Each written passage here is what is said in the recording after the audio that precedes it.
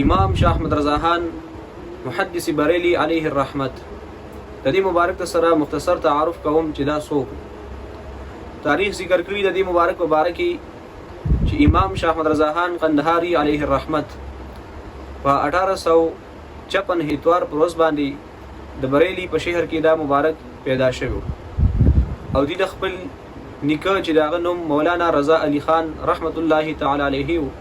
هغه وته نوم احمد رضا کی خودلیو ا دې مبارک په 4 سال عمر کې قران عظیم الشان په نظر باندې ختم کړو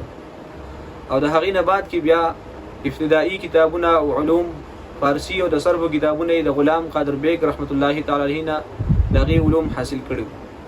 او د هغې نه بعد کې چې څومره علوم ټول علوم دینیه هغه د خپل والد ګرامی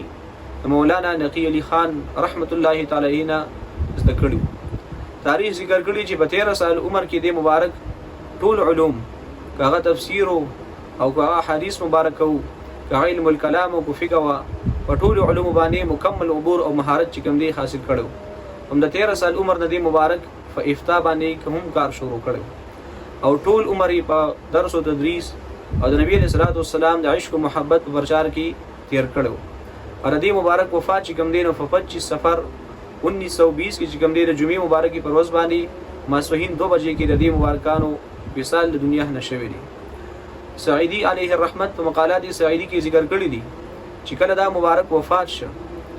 نو په هغه ټیم کې په بیت المقدس شریف کې یو شامی بزرګ چې کوم دی هغه بیا خوب ولید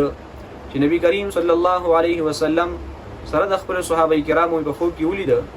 او آثار داسې و چې محبوب علیه الصلاۃ والسلام د چا په انتظار باندې دي هغه شامی بزرګ فرمایي چې ما د نبی کریم صلی الله علیه وسلم نه خوب کې پوښتنه وکړه چې یا رسول الله صلی الله علیه وسلم د چا په انتظار باندې دی محبوب علیه الصلاۃ والسلام راته فرمایي چې د احمد رضا په انتظار باندې